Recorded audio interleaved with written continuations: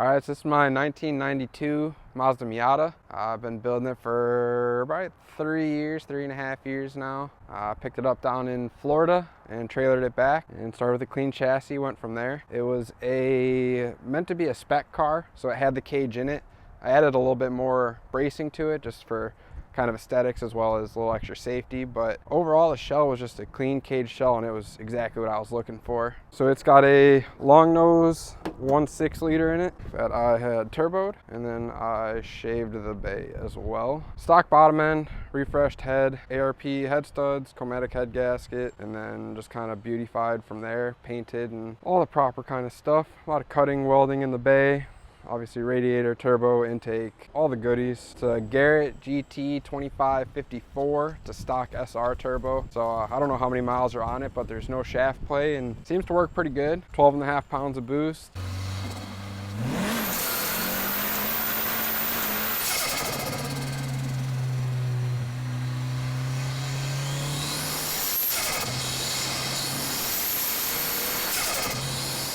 Made 230 wheel and 205 torque. Tuned by Mikey Singhasini. I'm not sure if he tunes anymore, but did a killer job. M-Spec tuning is what it's called. Knocked it out in literally an hour or two. It was sick. It's on a Mega Squirt ECU, Mishimoto dual fans and a fan shroud, Fab 9 brake booster delete with the stainless lines ran behind everything. It's a custom front radiator cooling panel as well as windshield panel, custom intercooler piping, all that kind of stuff. Just an eBay intercooler, it works fine. Manifold was built by the Dachowski brothers. Downpipe and exhaust were built by myself. Breather can was all by me, just custom lines, things of that sort. Just an eBay canister. It's got a 6-speed Mazda Speed Miata transmission out of an '05, I believe it is, with a spec stage 2 clutch, something like that, full face organic. And then 1.8 drive shaft, '01 or 2000 diff out of a 1.8, so it's one-piece axles as well. It's the stronger drivetrain option. Haven't had any issues yet, but I'm only making 230, so it's nothing too crazy. As far as suspension goes, I stripped it all down and I did poly bushings throughout, so it's poly through the whole thing, along with drilled and tapped for Zerk fittings. And then for steering, I've got a race steering rack, inner rack spacers, S13 tie rod ends, Zerk fabrication knuckles, and S13 brake lines. And then BC coilovers. Not too bad. I'd like stance, but BC will work. I got them at a good price. And then everything's painted gold underneath pretty much, as well as all the bolts and whatnot. It's on work VSKFs. They come like 15 by 5 or so, but they were rebuilt by 3piece.us, and they are 16 by 9.5 -10. Just a stock brakes for now, just 1.6 drilled and slotted rotors, nothing too crazy. And then in the rear, I've got extended rear upper control arms for next to zero camber. It's like -1, I think. It's not too bad. Just to get the toe right, we had to add a little bit more camber. And then the rear diff brace from Flying Miata, I want to say it is. And then bash bars, I've got a custom front bash bar, the rear Street Faction maybe? I don't remember exactly. Taillight panel is a 6-speed eBay panel. Fit terrible. I probably have 40-50 hours of body work into that. Then there are carbon Miata lights that I made fit. Third brake light delete. And then I have one under the hardtop spoiler. That whole LED strip is a third brake light. So the wing I keep secret. So that's the only thing I do keep secret. Okay. But it's an OEM option off a Japanese car. That's the hint I give people. If they want to figure it out, cool. If not, that's on them. Over fenders are Speedworks Garage. I don't know if they're in company or in business anymore, but it took a long time to get them, let's just say that. And then rear bumper is just a stock bumper that I cut kind of up high so I can get to the jacking point and don't really rip it off when I dirt drop and things of that sort. Side skirts and the front bumper are KBD, the flexible stuff. They're pretty wild. They flex literally ridiculous. And then stock front fenders.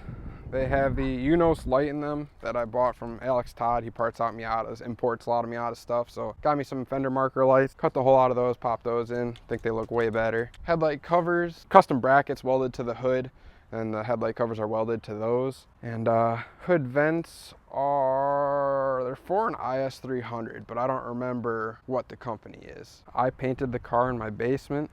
So it's definitely not professional by any means, but it's a drift car. It probably will get sent into a wall at some point, so I can't be mad about it. Tint was from some random business company. I bought actually the last of the roll, again, probably 3 years ago. So there's other companies that make similar tint, but this is actually like blood red, whereas the other stuff kind of has a pink tint to it. So they're actually motorcycle mirrors, and then I cut them down, ran a dye over this, built these plates out of just stock aluminum, and then polished them, put a tap through there, and then put a nut on the bottom so it sandwiched it, and then obviously all the bolts are gold, just on the whole car, everything's gold. Inside, got an 8-point cage. Like I said, it's a MiataCage.net cage, and then a Porsche race team in Florida actually fitted it and put it in, welded it. Like I said, normal 6-point, and then it has the 2 points off the front A-pillar bars that go to the wheel well for tire intrusion bars. Like I said, a couple extra braces added in by myself. One to go around the halo seat because that was sat a lot wider on the driver's side, and then the hoop in the back was done by the Dachowski brothers as well. Sparco Sprint on the passenger side, Sparco Circuit 2 on the driver's side. I have it's a Sexy Knights Thrash racing wheel. Good old infinite horn button. But these were limited when they came to the US for final bout, I believe. And I ended up picking one up secondhand, but it was brand new. So I actually have 2 steering wheels. This is like my pretty fancy steering wheel, and then I have just a D&D red one with no letters or anything. That's for like my hands are all greasy and dirty. Steering wheel hook on the cage so I can get in and out without it being on, because I cannot get in and out with the cage. Stock e-brake, I shortened it because if you have it stock, it's angled up almost that much without the center console. So I changed the bolting position so it sits level. Mr. Gasket Co. or something weird for a shift boot. I don't remember what company it is. I bought it for just a universal cheap boot. Looks super clean in there because I did the center console delete. I sewed in the carpet, outdoor carpet from Menards, I want to say, and it matched almost perfect. It's a Mazda Miata carpet replacement, so it's a brand new OEM replacement pretty much. Obviously I did the cut dash, so you get rid of the tombstone and then you get 2 of these like panels and you bond them together. Makes it look way cleaner, but obviously you lose HVAC controls, radio, etc, etc. It's a shell of a dash, it's gutted. Then I built that little support brace, and then obviously I think it's PBM Hydro with a Wilwood Master and a Wilwood residual pressure valve, and that keeps pressure in the line, makes the handle pretty much perfectly hard when you pull it. It works great. P-Olk e-brake button, I forgot that, as well as a P-Olk shift knob. Let's see, race quip harnesses, 5-point harness, and then just fire extinguisher right in the middle for, hopefully I never need it, but I've got it. And then obviously the air vents are one of everybody's favorite touches. They're pretty much a RC model of the wheels I have on the car. I imported them from the UK like 2.5 years ago, so it turned out pretty sweet. I'm definitely stoked with a small touch like that. A lot of lace pattern, obviously, with a little velvet on the dash, make it classy inside. I'd say my favorite part of the car has to be just kind of the vision I had 3 years ago when I started it. I bought a bare shell. I'm sure Zach can probably include a picture here of it, and it was rough. I mean, it was a clean shell with a cage, like I said, but I had a vision of this exactly, and taking the time, hours every day after work every day, to build it exactly how I wanted it to be is probably the coolest part of it. Aside from that, I'd say probably the wheels. If I had to actually like choose something, I really enjoy these work VSKFs in the small size. I think they look sick.